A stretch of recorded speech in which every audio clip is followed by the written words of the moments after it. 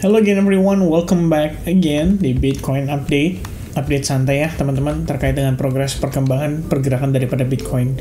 Jadi saya belum update untuk altcoins, tapi tadi saya ada posting di grup Telegram, someone request for Arbitrum. Jadi teman-teman mungkin di video ini ya first or second comment dan mungkin komen ketiga atau keempat yang terbanyak nanti bakal saya updatekan untuk altcoins update besok. Saya janji teman-teman sekalian ya. Dan sebenarnya sih kalau di previous video lebih dari 500 likes tadi saya bilang kayaknya mau live streaming ya. Mungkin dari hari Rabu besok mungkin ya teman-teman. Gimana kalau besok kita live streamingnya? Kalau oke gas ya chat gas ya di kolom chat teman-teman sekalian. Alright, so kita mau update progres perkembangan daripada Bitcoin. Saya pengen kasih info ke teman-teman yang menurut saya cukup menarik. Jadi kemarin walaupun Bitcoinnya turun, di BlackRock itu tetap ada inflow guys, setara dengan 329 juta dolar. Walaupun sisanya cenderung turun ya, tapi in the end inflow dalam satu hari masih 294,3 juta dolar. Sebenarnya menurut saya dengan kondisi kayak begini aja udah menarik banget ya. Artinya tekanan jual yang terjadi pada Bitcoin memang pada dasarnya bisa menjadi bagian dari spekulasi juga dari para retail atau mungkin leverage traders yang coba untuk memanfaatkan kondisi di atas ini.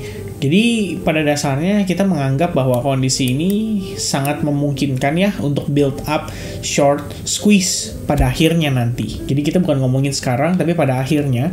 Yang saya maksudkan pada akhirnya adalah ketika almost every bias di dalam market saat ini flipping balik ke bearish gitu. Jadi kalau misalkan ada orang yang berpikiran bahwa okay, after this Bitcoin gonna be drop very soon, mungkin bisa touching sampai ke level $50,000, ya mereka probably akan build up order untuk melakukan sell shorting dari sini, dan whether mereka akan dapatkan profit atau ini malah jadi bensin untuk Bitcoin melakukan short squeeze nantinya.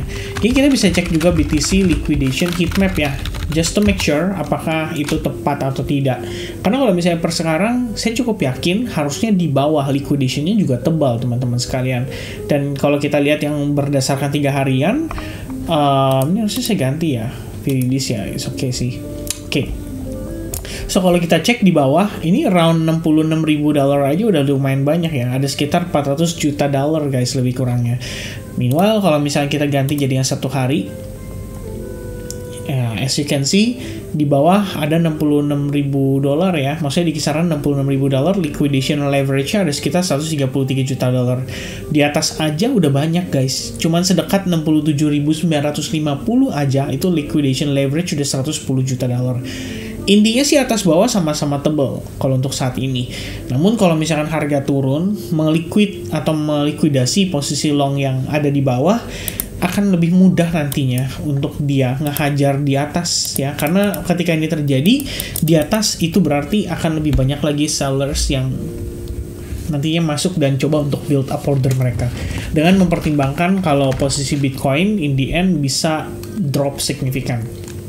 Right. So in the end, yang saya pengen highlight di sini adalah 329 juta dolar ya teman-teman. Ya, somehow it is still a bullish sign buat market. Walaupun kita ngelihat sudah ada perlambatan momentum, ya tapi setidaknya itu memberikan saya optimisme ya kalau market tuh masih bisa naik in the end. Nah, di sini saya sempat sampaikan kepada teman-teman di advance group dan di previous video update juga harusnya sudah cukup clear ya kalau kita masih berada di dalam low untuk time frame 1 jam. Di sini kita belum dapatkan dia mengalami market structure shift even after today. Yang saya dapati malah Bitcoin begitu tadi memasuki sesi sesi Asia ya pagi, sempat ada percobaan untuk turun lewatin level 66.600, tapi kemudian dia balik lagi naik, closingnya di atas. Habis itu London konsolidasi, New York konsolidasi, dan sekarang menjelang penutupan pelan-pelan lagi coba untuk naik. Saya sih tidak planning untuk setting limit di sini dan melakukan sell shorting ya. Dalam artian di sini walaupun saya sudah marked up, saya cuma pengen tahu dulu nanti ketika dia naik posisinya gimana. Kalau dia naik dalam keadaan impulsif, sebisa mungkin jangan lawan tren teman-teman. Karena kita lihat overall trend masih dalam keadaan bullish. Oke, even buat 1 hour time frame. Nah, jadi saat dia naik kalau saya pribadi, biarkan dia hit alarm saya dulu, dan after hit alert yang saya sudah buat, saya pengen lihat ini dia akan mengalami rejection nggak gitu. Once dia mengalami rejection seperti ini, katakanlah kita melihat ya dia membentuk yang namanya lower low, baru kemudian saya bisa mempertimbangkan untuk melakukan sell shorting, at least buat time frame jangka pendek aja.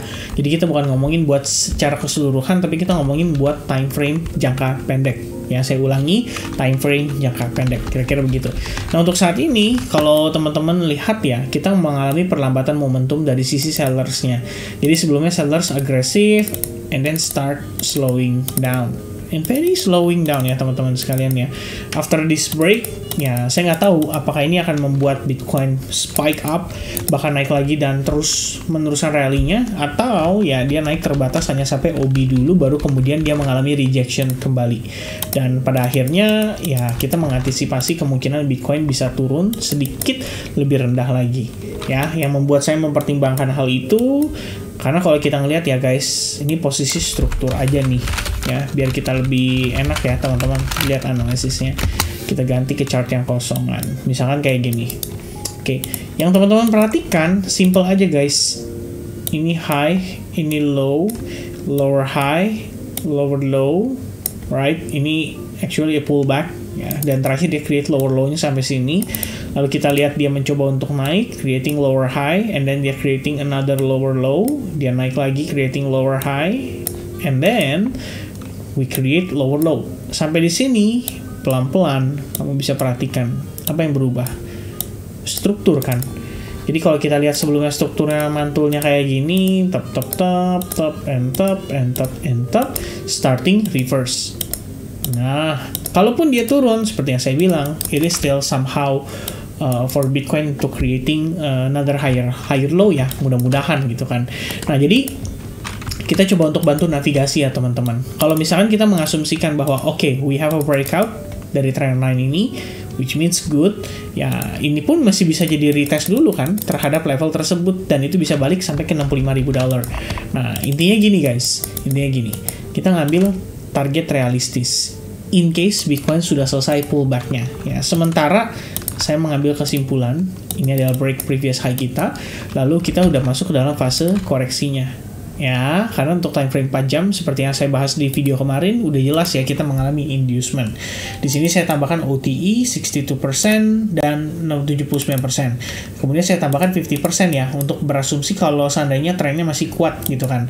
Dan satu lagi yang saya tambahkan untuk target realistis kita seandainya dia mampu mengambil high point berikutnya, yaitu di all time high terakhir di sini.